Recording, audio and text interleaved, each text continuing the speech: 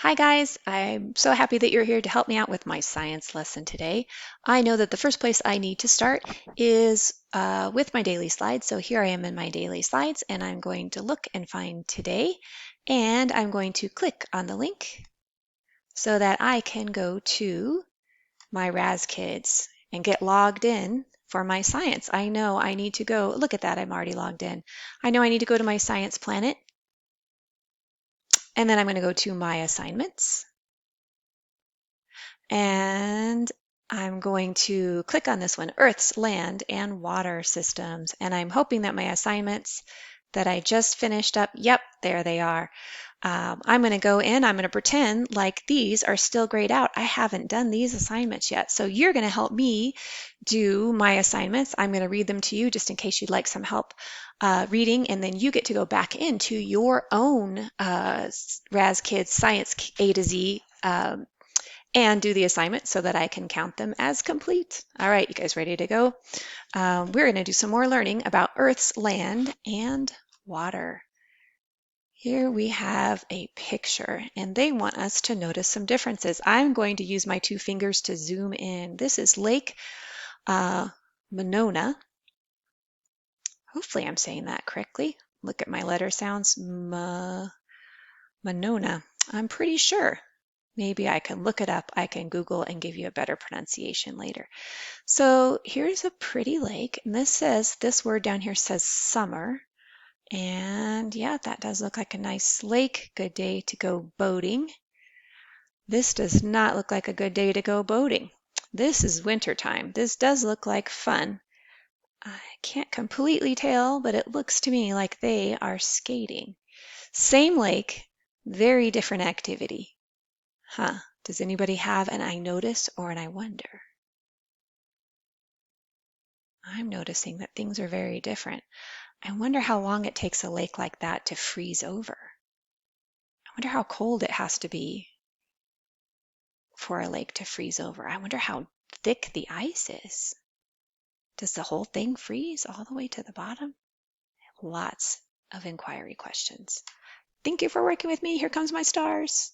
Oh, boy, I zoomed in way too much. Oh, I think this activity is fun too. Okay. I didn't get that last time I did this, so we'll see. All right, now we're going to go ahead and read about lakes. You can read along with me. I'll use my little pointer here as we go along so that you can read along. And again, I'm going to use my two fingers to zoom in so that it is bigger. Here is my title, Lakes. Huh, what do you guys think? What is this page going to mostly be about? You can use that nonfiction text feature, and you are right. It's going to mostly be about lakes. Good job. Wizard Island is a piece of land in Crater Lake. Crater Lake is in Oregon. Oh boy, I wonder if they'll give us a map to help us with that understanding of where they are. Wowzer, Crater Lake is very deep. It's so deep that it could cover up the Empire State Building. That is like a really tall skyscraper. That is an amazing fact. Crater Lake had no fish long ago, but people brought almost 2 million fish to the lake between 1888 and 1941. Deep blue, millions of lakes cover Earth's surface. Lakes are deeper than ponds and have more water, but they are smaller than oceans. Most lakes form in low places on the land, but Crater Lake is different. It formed from a volcano. Thumbs up if you remember the reading in the video we did about volcanoes. About 8,000 years ago, a volcano erupted. It left a big hole or crater in the ground. The crater filled with water from rain and melted snow. Now it is a large lake. Crater Lake is home to many living things. Fish live in the water. Mosses, snakes, and toads make their homes on the shore. Any notices? Any I wonders? Any inquiry questions? I wonder, how did they know it was 8,000 years ago? What was their evidence? How long did it take for it to fill up with rain and melted snow? I hope you guys are thinking of some good inquiry questions. If you are, jot them down in your notebook and then quiet hand when we meet, and we'll add it to our Jamboard.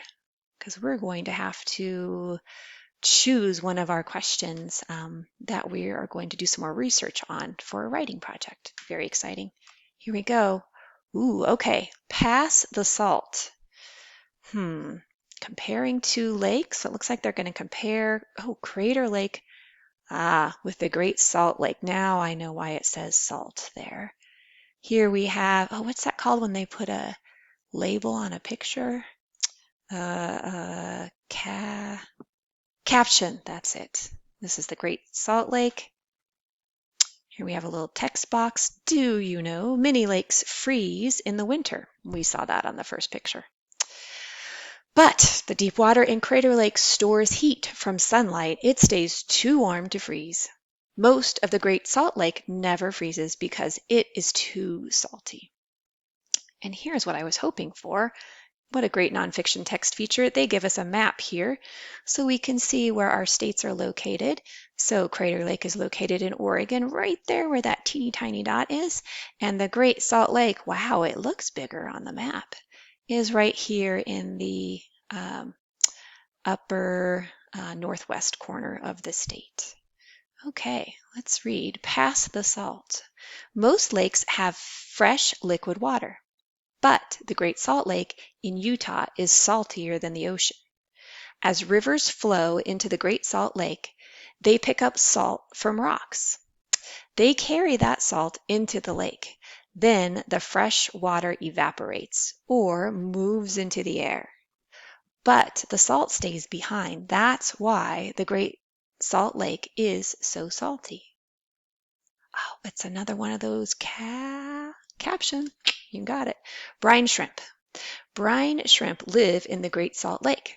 They are food for millions of birds that visit the lake.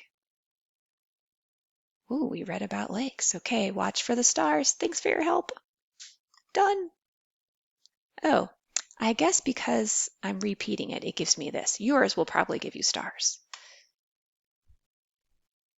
Next up, oceans. We're going to read through this one, and then it's going to be your turn to go back into your Science A to Z account and read these three on your own and take your notes, do your own notice and wonders for your inquiry questions that we can share later. Here we go. Oceans. Nonfiction text feature. What is this mostly going to be about? What do you think? If you said oceans, good job, you got it.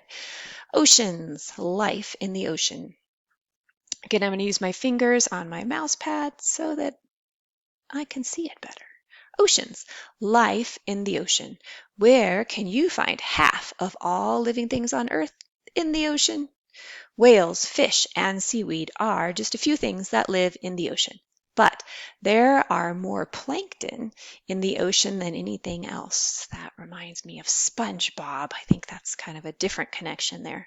Plankton are tiny living things that float in the ocean water. Many animals eat plankton. Some whales even eat them. These big animals suck ocean water into their mouth. They get plankton from the liquid water.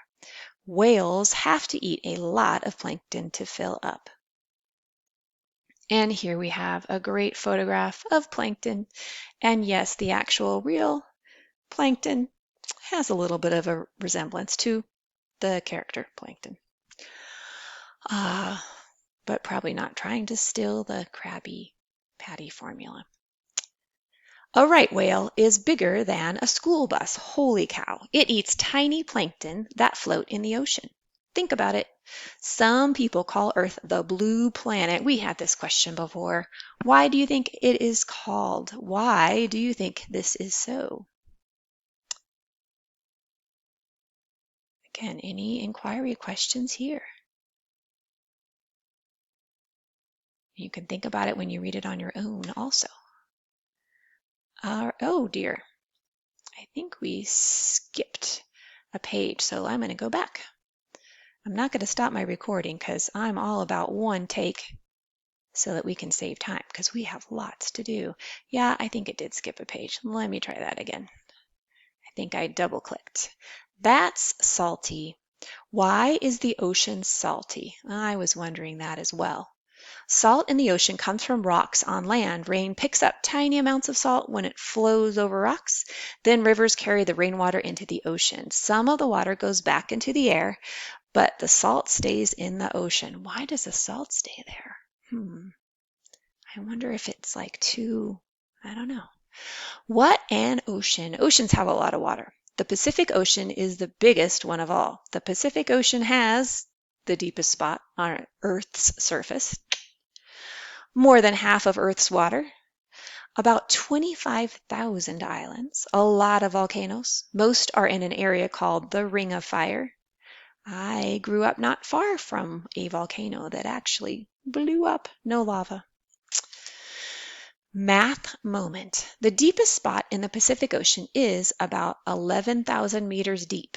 Mount Everest is about 8,850 meters tall. Ooh, this is a math question. How much deeper is the Pacific Ocean than Mount Everest is tall? Ooh, we'd have to probably do some comparison bars, right? 11 meters deep for the ocean. Mount Everest is here. Ooh, I wonder what's over here. What's the difference between the two? Here we have a beautiful photo with a caption. The state of Hawaii is made up of many islands in the Pacific Ocean. My face may be covering up ocean. Well, there it is, ocean. All right, Earth's ocean. Oh, we have another lovely map to help us help our brains understand the Earth's oceans. All right, now I think we're done. And now I'm no longer waiting for my stars because I already got them, but you can still get your stars. Done. And then it's going to ask me, yeah, I do think that that is a good activity. All right, guys, so now it's your turn to go and earn yourself some stars. So if you need to, you can rewatch this video to see how to get to Science A to Z, but I think most of you are pretty good figuring that out on your own.